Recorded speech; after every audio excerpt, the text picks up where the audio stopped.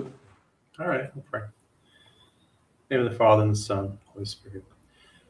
Thank you for this time that we have to be able to talk together. I just pray for Andrew and myself that as we talk and discuss things, that you would give us your thoughts and your words, that what we talk about would encourage people, help people to think kingdom-minded, help people to be thinking about eternity and what is important. I ask for your grace and your mercy on our time together. In the name of the Father, and Son, and Holy Spirit. Amen. Amen. Well, today we're talking about something that goes far beyond medicine. Across Africa, millions of people lack access to basic health care, and many have never heard the gospel. But what if one movement could address both? A new state-of-the-art hospital, medical university, and research center is being launched in Rwanda with a vision to impact 100,000 communities across the continent. Joining me today is Bishop Daniel, president of GFA World. Bishop, thank you for being here. Thank you so much for having me. It's my privilege. So this isn't just a hospital, it's a movement. What's the heart behind this vision?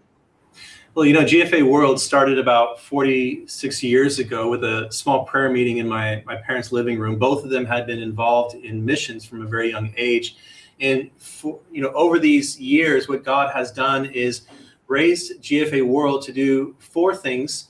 One is support, raise up, train, and equip national missionaries, people from their own country who know the language, know the culture, can easily connect with people, sending these national missionaries to reach their own people with the gospel. Second is to help children have a future. Over 100,000 kids we've been able to help through our child sponsorship program, one of the greatest ways to break the cycle of poverty. And then disaster relief, where there's earthquakes and tsunamis in many of these places, either in Africa or Asia, bringing hope and assistance. And then compassionate care in these communities. So seeing these communities transformed by Christ's love, either through water projects or education or medical, kind of like what we're talking about today.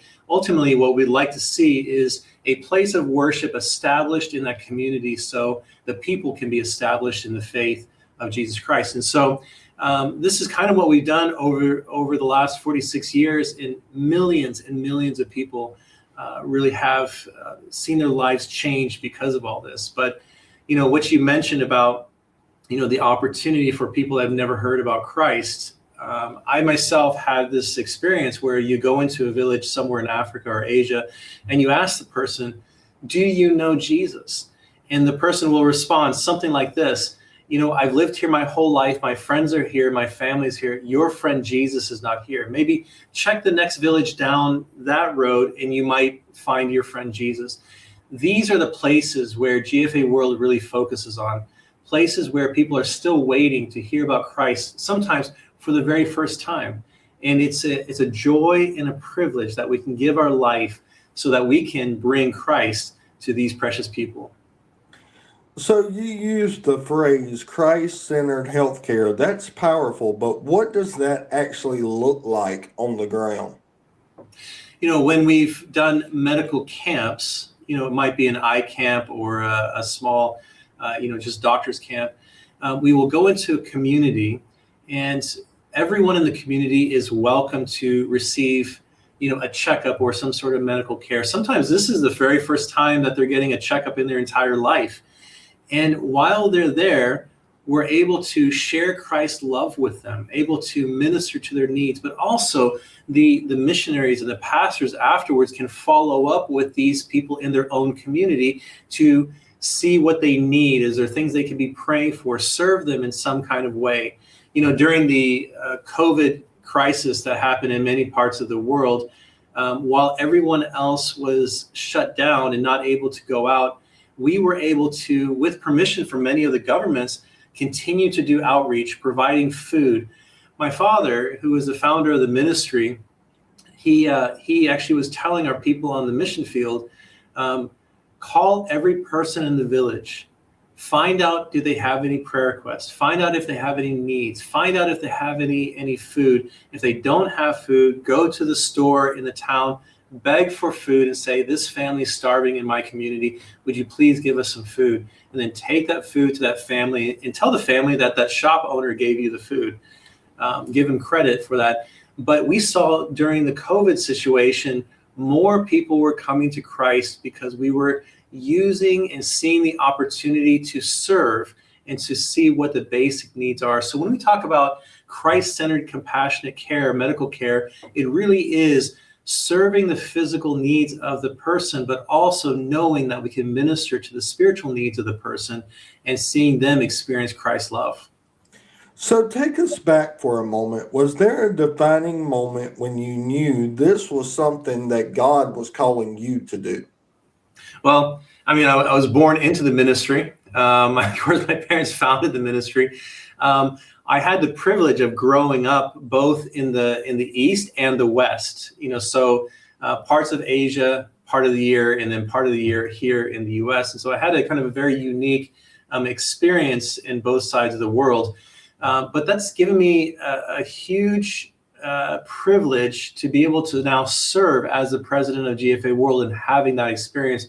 So growing up, I got to go into the slums. I got to go into the towns. I got to see the ministry among the homeless and the leprosy colonies, to be with the students that are in training to be sent out as national missionaries.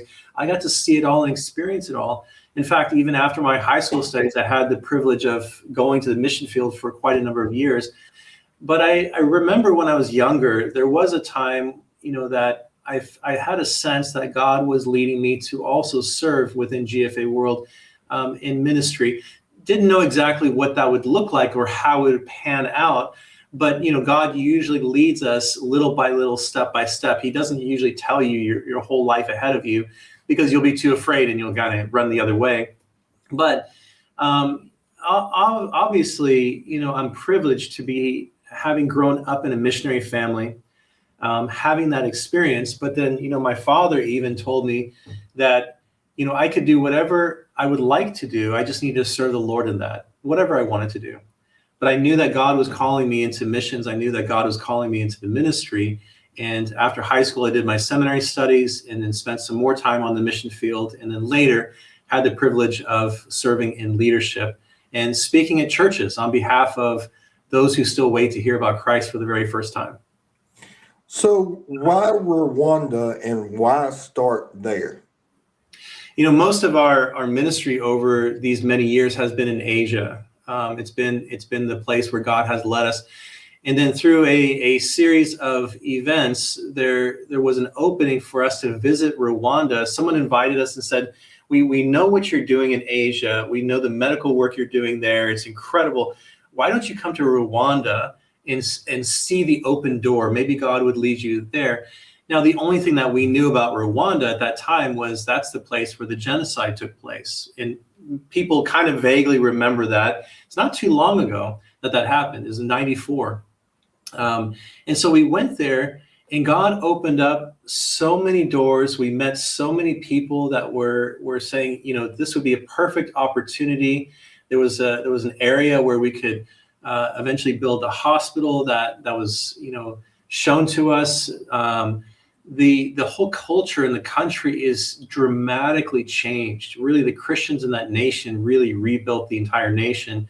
And going from a disastrous genocide to now what it is, where it's a very stable nation, Rwanda is the launching pad for reaching all of East Africa and then all of Africa. So while there's many places in Africa that we could have started the work, God's providence is that Rwanda would be a hub, a safe place, a place that's favorable towards Christians, but also that we could establish this hospital. So it would be a vision for medical and missions, not just for East Africa, but the whole of Africa. We're already in Liberia, we're already in Sierra Leone, we're already in Uganda, we're going into several other places. So the dream and vision is this: not just a few countries in Africa, all of Africa. And with the experience that we have from the 46 years of national missionaries and helping children and medical and like all these things, community transformation, we can bring that experience and we can bring it to the continent of Africa and seeing God do incredible work. Now, ultimately, we want to see national missionaries raised up from Africa, from these nations, to reach their own people so they can own it. They know their people, they know the culture, and they know the language. And it's us on this side of the world where we can partner with them in our prayer and our support to link our lives with them to fulfill the Great Commission. Many of these nations are closed or restricted for outsiders to come in, but the Great Commission is still in play, and we have the great privilege of being part of it. So let's talk about the scale of this. We're not talking about a small clinic. This is a 300-bed specialist hospital, a medical university, and even a research center. What makes this project different from anything else that you've done in the region? I think what makes this unique is the if we were just wanting to build a hospital, okay, we build a hospital, and then that's the end of it. The hospital really is not the end. This is just one of the many pieces of reaching all of East Africa and all of Africa. So having a hospital, it creates inroads into all the other nations. It also helps us to establish the work in East Africa, being able to reach the rest of Africa. Having a research center means we're able to bring hope and healing to Africa. Most people don't realize, I think it's like less than 2% of all medicine is actually produced in Africa. I mean, this is a huge continent, and such a small percentage of the medications is actually produced in Africa. So having a research facility, whether it's cancer research or medical research in other fields, means you are bringing expertise to Africa. You are bringing the benefits to Africa. But having a specialized hospital, a tertiary hospital, 300-bed hospital there in Rwanda, many of the people actually will go outside of Rwanda to other countries to get operations or get medical treatment. There are hospitals and medical facilities in Rwanda, but oftentimes they lack the staffing. For example, you could wait 6 months for an MRI. You might have to wait for an entire year if you have a cardiac issue and you need an operation. So us having a hospital and then a medical college means doctors from Africa, Rwanda, and other nations can be trained. It means that we will be able to train missionary doctors to be able to go into all these parts of Africa. Later on, when the hospital is running, we actually have the opportunity for doctors and nurses around the world or teaching professors in the medical field to come and serve at the hospital for a time. And we would love to connect with anyone who would love to serve in that way. But really, the hospital is going to be a highway for medical and missions through God's love, through excellent care, through meeting people's physical need, but also meeting their spiritual needs. In Asia, when we've done medical treatments and things, oftentimes our doctors are even praying for the patients, and God answers prayer. So even before they need the operation or they need the treatment, God has actually answered prayer. In the hospitals in Asia that we assist, there are hundreds and thousands of Bibles that are actually taken from the little racks that we have for free distribution. So people come to the hospital, they receive the physical treatment, but they leave with something spiritual for their life also. And so it's a wonderful, wonderful opportunity to have a state-of-the-art hospital in East Africa, a medical college for training, and also a research center, which is all Christ-centered. So you'll be offering specialties like cardiology, neurology, and intensive care, and treating potentially over 500,000 patients in just the first 2 years. That's massive. How do you even begin to build something like that? Well, with some of the hospital, projects that our field partners have in Asia, we already have the experience of doing this exact very thing. So this is not something kind of brand new. This is not a jump from doing medical camps in a small way in these small villages to a giant hospital. So we have many, many years of hospital expertise. In fact, some of the doctors and lead surgeons that are in the hospital in Asia will actually be going to Rwanda to set up the different departments and to get things running. Ultimately, we want to see people from Africa itself raised up in doctors and nurses so that they can be trained also. But this won't be a difficult thing to do since we already have the experience of doing this. If it was the first time, yeah, that would be a little bit challenging. But by God's grace, over this many years, we've had many, many good experiences that God is allowing us now to bring to the continent of Africa. So this goes beyond one hospital. The vision includes training 10,000 missionaries, reaching 100,000 communities, and providing clean water for millions. Paint the picture for us. What does a transformed community actually look like to you? When some of our missionaries will go to a community, I'll give you an example. Sometimes they'll go door to door in the village. And when you talk about a village, some villages are, 100 families. Some villages are 500 families. Some villages are 100,000 families. In the mountains of Nepal, a village might be 10 families. 10 families here, a whole half day's walk, another family, 10 families on that side of the ridge. So it's different from each community. But the missionaries will pray and fast and seek God and ask God to go before them. And then they'll go door to door and knock on the doors and say, is there anything I can do for you? Is there anything I can be praying for you? So in this one particular village, our missionary went to this house and asked the family, is there anyone I could be praying for? Is anything you need? And they said, oh, yes, someone in our family is sick. Could you please pray? So they led the missionary through the house, and there in the backside of the house was a water buffalo. They said, our water buffalo is sick. Could you please pray for our water buffalo? Now, you got to understand, they milk the water buffalo and sell the milk, and the money from selling the milk is what they use to buy food. So if your buffalo is sick, you don't have food, and it's a, very poor family. So they're like, we heard what you said about Jesus. Can you pray for our water buffalo? So our missionaries laid his hands on this stinky water buffalo and said, God, if there's ever a time to do something, this is the time. And God healed that water buffalo. The water buffalo was healed, began to eat grass. The whole family gave their hearts to Christ. The neighbors heard about it. They gave their hearts to Christ.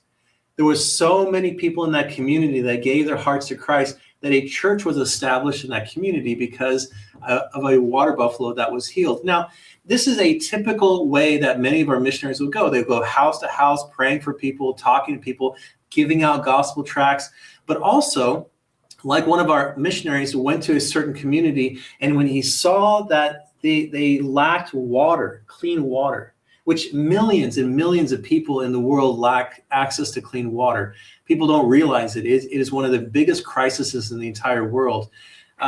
He saw that 18 children had died in that village. They had a plaque with all the names on it because of malnutrition and lack of clean water. And so he was able to help get a Jesus well put into that community. So a Jesus well is a bore pump well, kind of the old hand pump wells like you see on Bonanza and the Rifleman and, Andy Griffith. Those wells still exist all around the world. They're great. Drill hundreds of feet down, hit the water table, and you have clean water. And so we put in over 40,000 clean water projects in different communities in Africa and Asia, helping bring clean water to people's lives. In other places, it's literacy. So we have about 9,800 groups of lay women that teach literacy to the other women. The women in Asia and Africa are sometimes the most forgotten group, especially when it comes to literacy. If people don't know how to read and write, they oftentimes are locked into the cycle of poverty because they can never improve themselves, and it affects their kids in going forward. And so thousands and thousands and thousands of women across Africa and Asia are being helped with literacy. In other places, it's crops. They need help with gardening. So it really changes according to the situation. Other places might be the children need education. And so community transformation is going into community with Christ's love, sharing Christ with them, but seeing what are the actual hindrances of that community that are needed to change in order to uplift them. Sometimes literacy, sometimes the kids going to school, sometimes water. So for example, most people don't realize that if there is a need of clean water in the community, the girls and the women oftentimes have to walk miles away to go fetch water, which means these young girls can never go to school because they're always fetching water. So if you provide clean water in a community, in effect, you are impacting education, health, the economy. You're also keeping them from being kidnapped or pulled into the sex trade or being attacked by wild animals. Just one simple project of clean water has an enormous effect of the entire community. And if that girl can get educated, it impacts her family and generations down the road. This is just one small thing. So when it comes to community transformation, we see what the needs are. With Christ's love, we go meet those needs. And ultimately, we want to meet the physical need and the spiritual need, and also see permanency there with a place of worship. So some people might wonder, how do you balance medical care and sharing the gospel, and how do those two work together? When Jesus saw the crowds, he was moved with compassion. He saw that they were helpless and harassed like sheep without a shepherd. And so the very beginnings, the very heart of everything that we do really is, God, would you fill my heart with compassion for the people that are there? Would you fill my heart with love for the people, whether it's in the leprosy colony? These are precious people that need to know you. Or it's working in the slums and you see the children playing in the sewage. God, you love the children. Or you see the abandoned widow, like the widow that was in a village that was 102 years old, and she heard about Christ for the very first time. She said, I waited my whole life to hear about this Jesus. And so with a heart of compassion is the guidance that is needed when we see medical and we see Christ's love going together at the same time. The motivation is always the key. The motivation is we love Christ and we want other people to love him also and to know Christ and to make him known. This makes it possible that our medical care will always be Christ-centered, and that we don't forget that there are spiritual needs also along with the physical needs. So are you already seeing signs of this kind of transformation happening in Rwanda? Absolutely. When I had the privilege of visiting Rwanda a couple of times, actually just not too long ago, the first time I went to Rwanda, I went to this village, this community called Ridge Zero, which there's about 700 families or 900 families that we're helping to minister to their needs. And I got to see the initial work. Some of the kids were going to school, were meeting with the parents, visiting their homes. And then I got to go back a second time to the same community, and I got to see people's eyes were bright. They were excited about the change in their own lives. They were excited about their kids getting educated and being helped. I got to distribute the uniforms for the kids for their school year, but I didn't realize the parents had learned how to sew. So the parents are learning how to sew as a trade, and they got to sew the very uniforms for their kids. And I'm like, this is amazing. It's like a win-win on every side. The community's blessed, the parents are blessed, the kids are blessed, and they know that we love them and they know that Christ loves them. And you can actually see the entire community changing more and more because they're experiencing God's love. So one of the most interesting parts of this is your focus on training local African leaders. Why is it so important that this movement is led by Africans? If people read my father's book, Revolution and World Missions, it's a book that's got 4 million in print. It'll ruin people's lives if they read this. I would encourage everyone to get this. It'll wreck your life. You can write to us and get it for free. Actually, if you go to gfahospital.org, you can learn more about the hospital, but you can also check out this free book, Revolution World Missions. So my father wrote this book as a challenge for Christians in the West to not give up on the Great Commission. After World War II, many of the nations within the 1040 window, so when you look at a map of the world, there are the latitude lines 10 and 40. within that block, it goes from parts of North Africa all the way to Japan, up into parts of Russia, and down past Southeast Asia. That's simply a marker to identify here are the places that have the least amount of resources going for missions. The most amount of people are waiting to hear about Christ. The most people groups, the most unreached are in these areas. And so what my father's proposal is rather than just simply saying, after World War II, many of these nations were closed, I guess we just give up and don't do anything and focus on the other areas of life.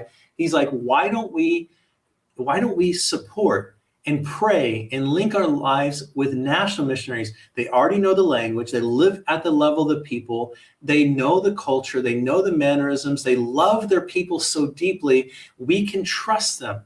And he's like, Coca-Cola, Pepsi, and Starbucks and all these like companies already use national leaders in all these nations. Why is it in that missions we're not doing this?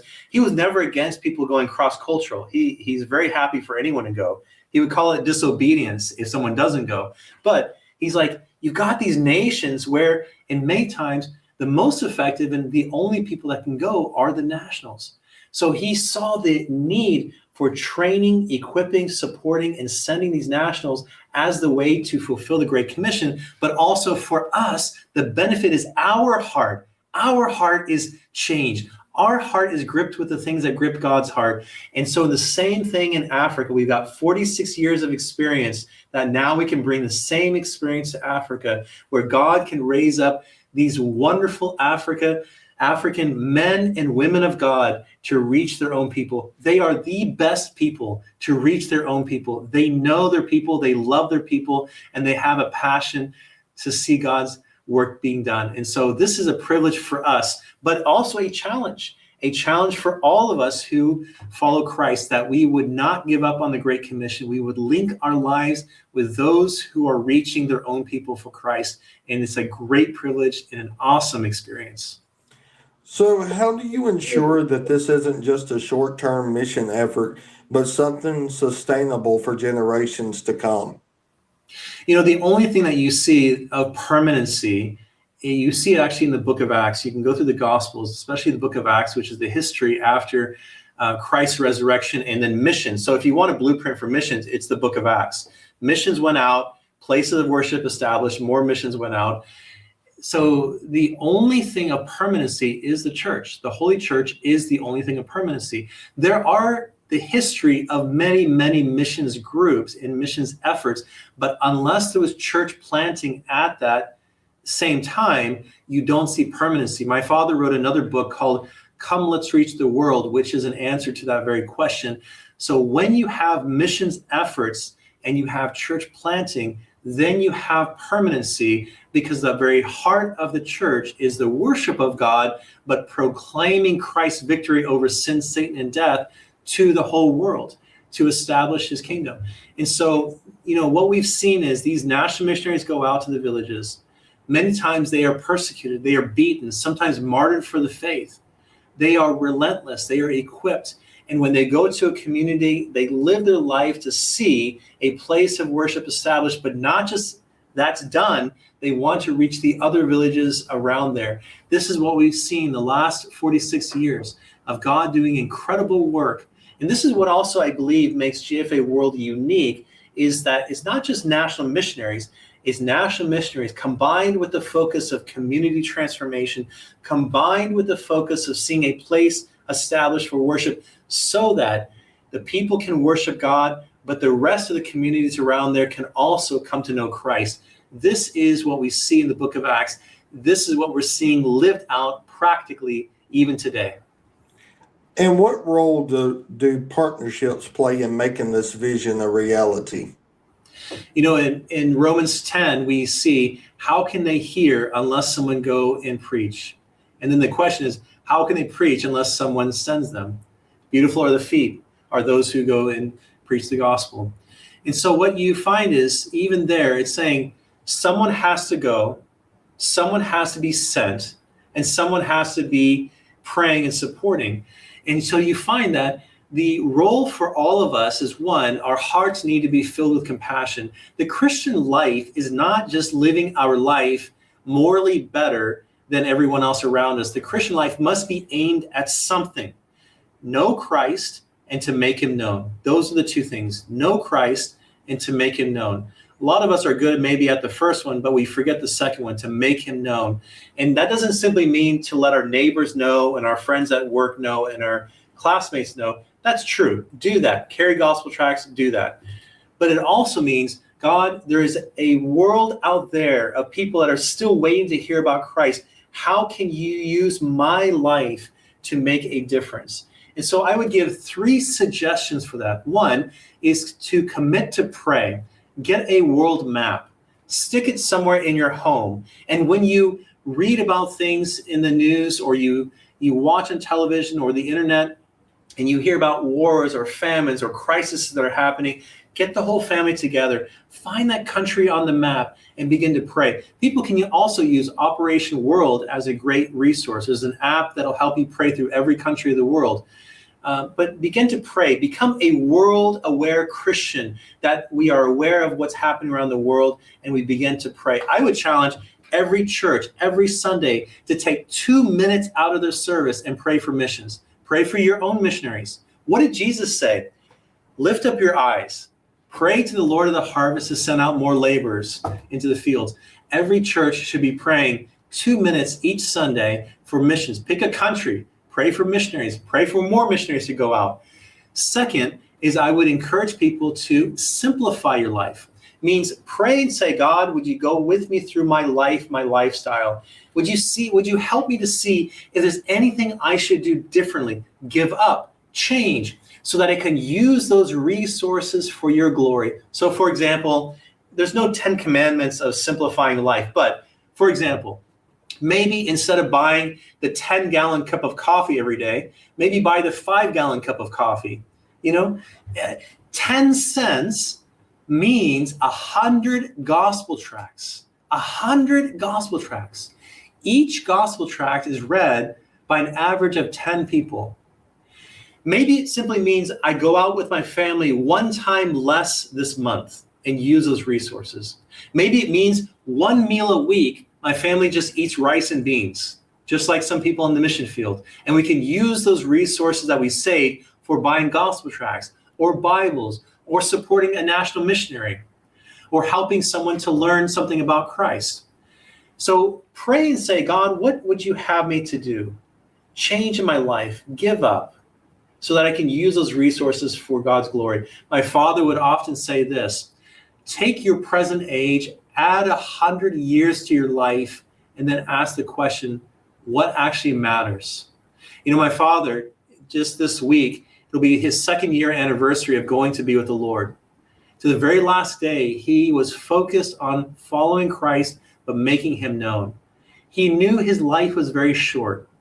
Do we know that our life is very short? We only have a certain amount of years to live our life focused on God's glory. What will we do with this precious gift that God has given to us? The third option also is, if people can support a national missionary, support a national missionary. It's literally about $1.50 a day. You can't even buy a half a donut for that now. It's $1.50 a day. You can help support a national missionary, linking your life with someone who is on the mission field in one of these countries in Africa and Asia, and you can fulfill God's great commission in prayer and support, just like Romans 10 says. So people can learn more if they go to gfaworldhospital.org. They can learn more about the hospital. They can learn more about the ministry, how to support a national missionary. But these would be my 3 suggestions for fulfilling the Great Commission: pray, simplify, and support a national missionary. So looking ahead, where do you see GFA World in 10 years from now? What I would love to see in the next 10 years is the hospital established. I would love to see 500,000 children supported in our sponsorship program in Africa and Asia. I would love to see thousands and thousands of national missionaries raised up to reach these nations of Africa. It's over 1 billion people in Africa. There are so many people. I would love to see tens of thousands of Jesus wells established in these needy nations, providing clean water. And I would love to see hundreds of thousands of women raised up, trained, equipped in reading and writing, but also in being able to support their families. And it's already starting, but by God's grace, we'll see even greater things happen. Ultimately, we want to see a place of worship established in every community so they can also proclaim Christ's victory over sin, Satan, and death. Do you believe this model could reshape how missions are done around the world? I absolutely believe that this can be a model for missions done around the world, whether it's cross-cultural missions or it is national missions. Both are needed. It's a both and. The model is the book of Acts. So you're taking a model that you see when Jesus, walking beside the Sea of Galilee, saw two brothers, Andrew and James and John and his brother. You see that he said, "Come, follow me." And they followed him. So we actually see, Matthew's Gospel, chapter 4, you actually see Jesus picking up these men from their own region, having them walk with him for 3.5 years, then sending out these disciples to different places of the world. These disciples went and had followers in those areas, established missions in those areas. And so then you see it played out in the book of Acts. So national missions and missions of any kind is actually modeled in the book of Acts. But what you see in the book of Acts, places of worship was established. It's not just giving gospel tracts and proclaiming Christ. It is that a place of worship is established, and then from that, more missions takes place. And on a personal level, what would success look like to you? When I went to the slums and I saw the children who were smiling because they had experienced the love of Christ, that is success.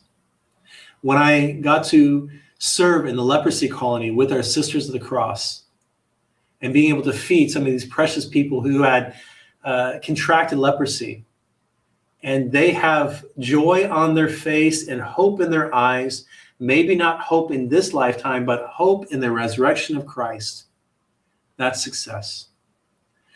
When one person receives a gospel tract and their life is changed, that is success. But I'll also say, when one person is willing to take the challenge and support a national missionary, and I see their life experiencing God's joy because now they're living with an eternal perspective, that is success. It is not just what happens on the other side of the world, it's also what happens right here. If I get to meet someone who now is going to take missions and pray faithfully each week for a few minutes, that is success. Success is not numbers. Success is lives being changed, whether it's on the mission field or whether it's here.